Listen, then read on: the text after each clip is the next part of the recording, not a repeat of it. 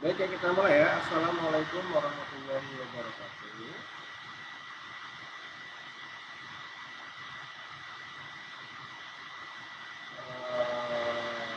Oke. Bagaimana kabarnya? Sehat?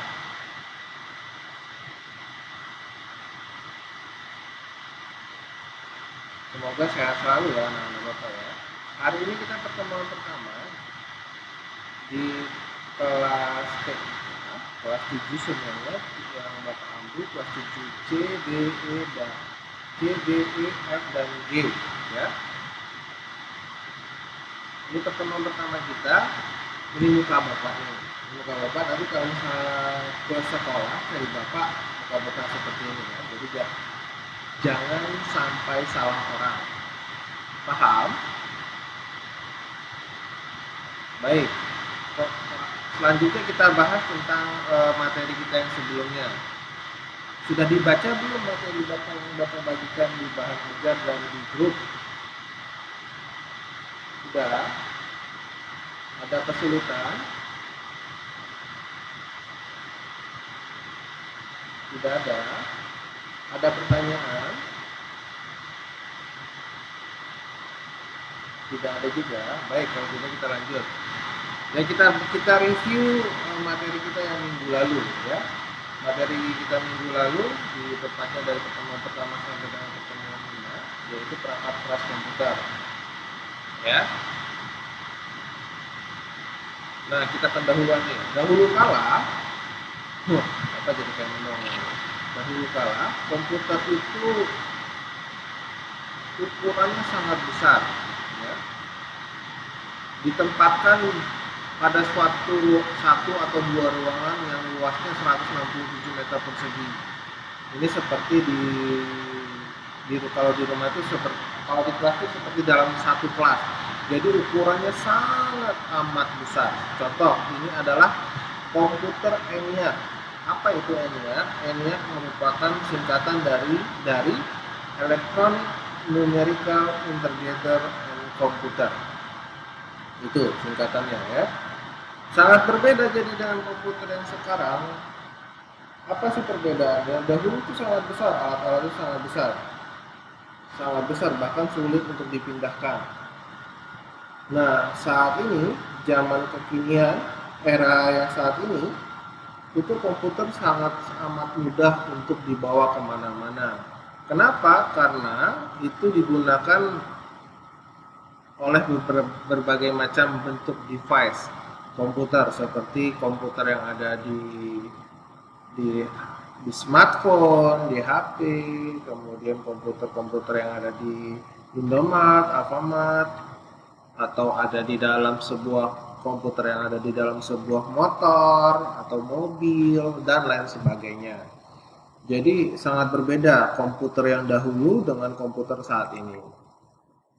Kemudian apa sih tujuan pembelajaran kita? Yang pertama kita memahami pengertian perangkat keras komputer. Yang kedua kita bisa mengenal perangkat keras komputer itu seperti apa saja. Yang ketiga kita dapat mengidentifikasi berbagai komponen perangkat keras. Yang keempat menunjukkan fungsi perangkat keras komputer. Nah, ini peta konsepnya. Jadi kita akan belajar tentang pengertian hardware, macam-macam hardware, penggolongan hardware, dan kegunaannya hardware. Jadi, apa sih pengertian komputer? Komputer merupakan suatu mesin elektronik yang terdiri dari ribuan bahkan jutaan komponen yang bekerja secara cepat, tepat dengan membentuk sebuah sistem kerja yang rapih dan teliti untuk kebutuhan komputasi. Paham di sini? Paham ya? Lanjut. Kemudian komputer juga menerima informasi input digital, kemudian memproses sesuai dengan program yang tersimpan di dalam memori. Kemudian menyimpan inputan tersebut yang berupa perintah-perintah dan menghasilkan pengolahan yang berupa output berupa informasi. Kemudian kita coba diskusikan apa kegunaan komputer dalam kehidupan sehari-hari.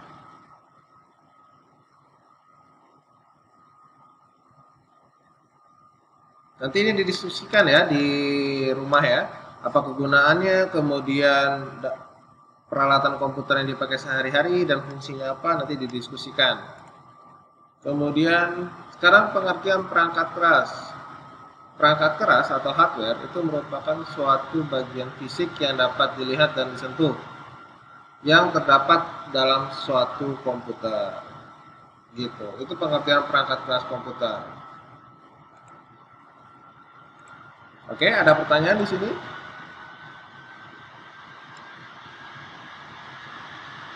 Tidak, kita lanjut.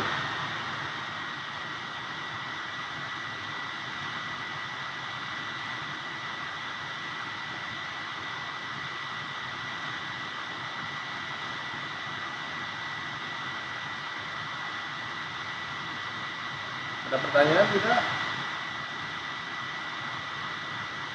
Tidak ada.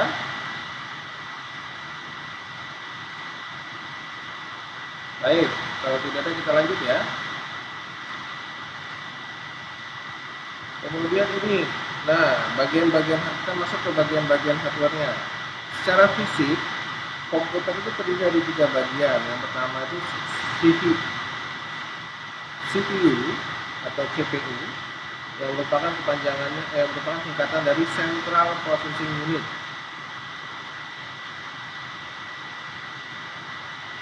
Kemudian ada yang kedua keyboard, yang ketiga adanya monitor. Keyboard atau papan ketik, monitor atau layar komputer. Ya, merupakan ketiga komponen tersebut setidaknya digunakan untuk memasukkan data, memproses data dan menghasilkan informasi. Nah, seperti ini ya. Ini ada CPU-nya, ada monitornya dan ada keyboardnya. Ya, ini ada bagian-bagian hardware-nya, ada input device, ada output device, ada storage, ada printer, kemudian ada CPU, ada proses device processing.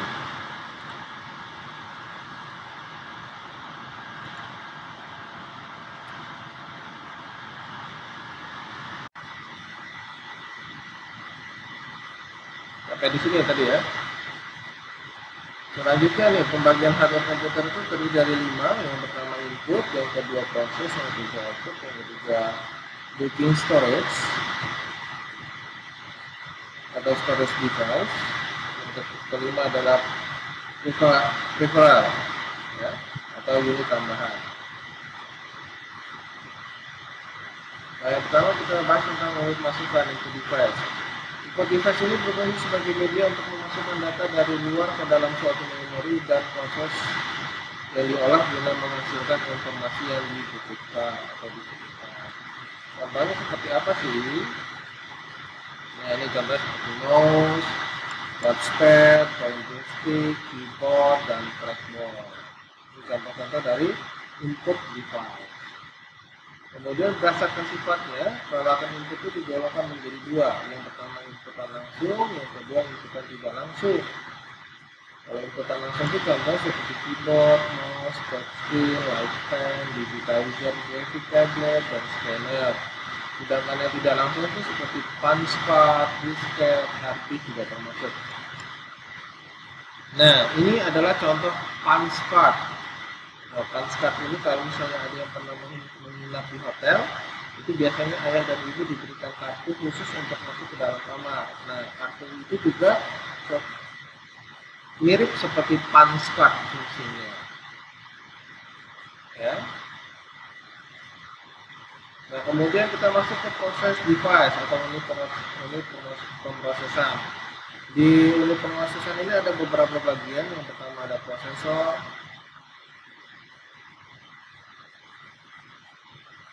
Kenapa?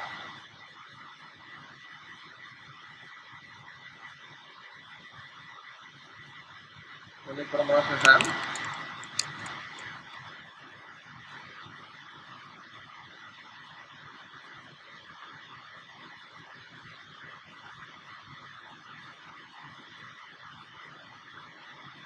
lanjut ya.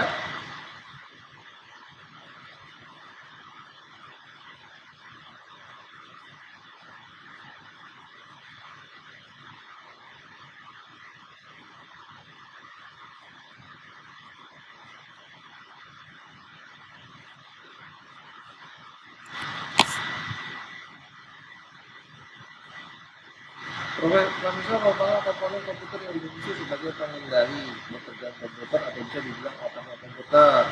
Nah, ini contoh prosesor itu ya.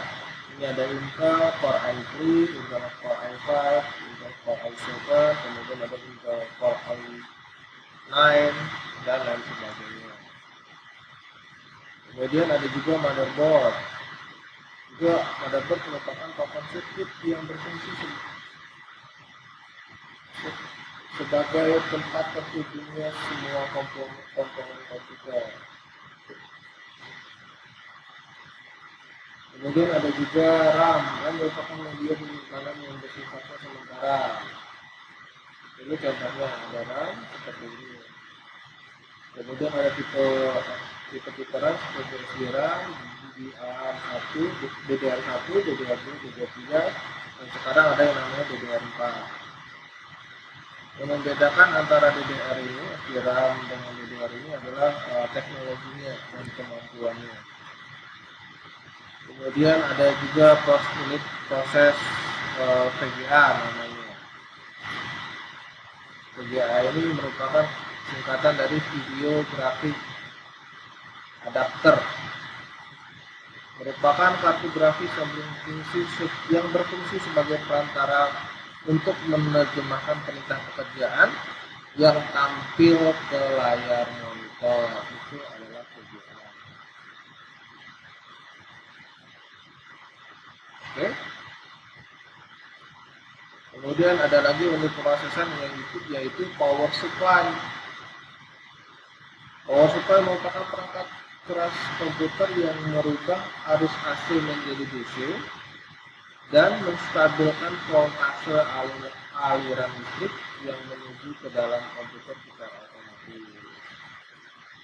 Oke, itu adalah unit pemrosesan. Jadi unit pemrosesan itu ada 5 ya. Pertama, prosesor.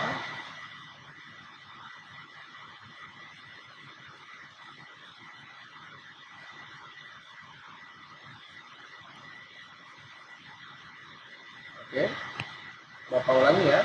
Jadi unit pemrosesan itu ada 5. Yang pertama prosesor, yang kedua motherboard, yang ketiga RAM, yang keempat VGA, yang kelima power supply. Nah, ini kelima ini merupakan unit pemrosesan. Ada pertanyaan?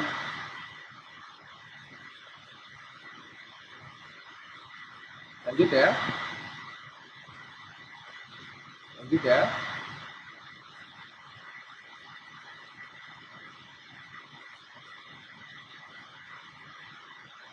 Kemudian yang ketiga adalah output device atau unit keluaran. Unit keluaran ini merupakan semua hal yang digunakan untuk melakukan yang ada proses outputnya, ada proses keluarannya. Contohnya di sini adalah monitor.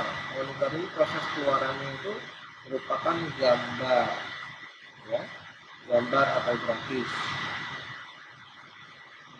Nah, ini contoh lagi, ini monitor yang terbaru. Kalau ini namanya monitor CRT.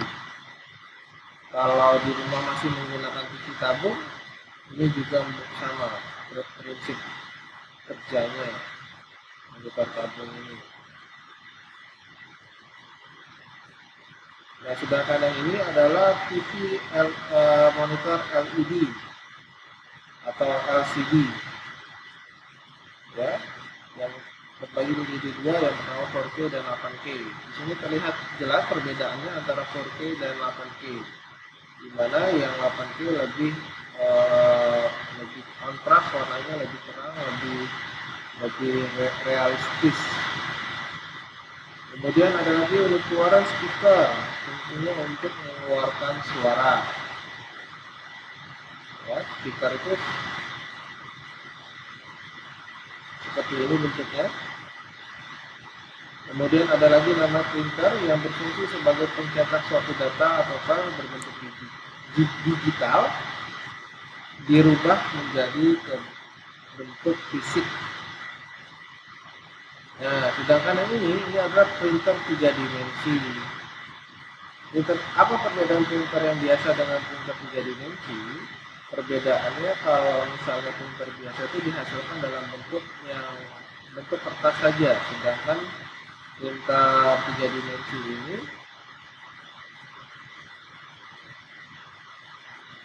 menghasilkan bentuk 3 dimensi. Contohnya di sini ada burung hantu,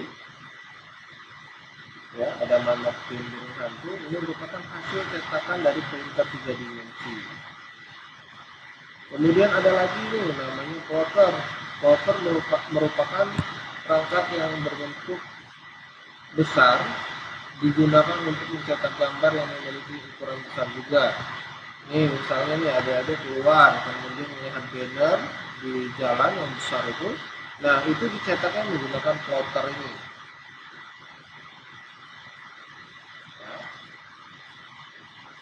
Kemudian ada juga nih proyektor. Ini fungsinya untuk menampilkan bayangan atau gambar yang dapat ditembus oleh cahaya. Ya. Ini sering ya kita berjumpa nih kalau misalnya Umi atau Abi yang di sini menggunakan proyektor. Ya, sampai di sini ada pertanyaan? Tidak ada pertanyaan? Tidak ada ya. Cukup bingung ya? Bingung atau enggak? Bingung ya? Iya, apalagi kalau misalnya materinya nggak dibaca, tambah bingung lagi. Oke? Gitu nggak sih?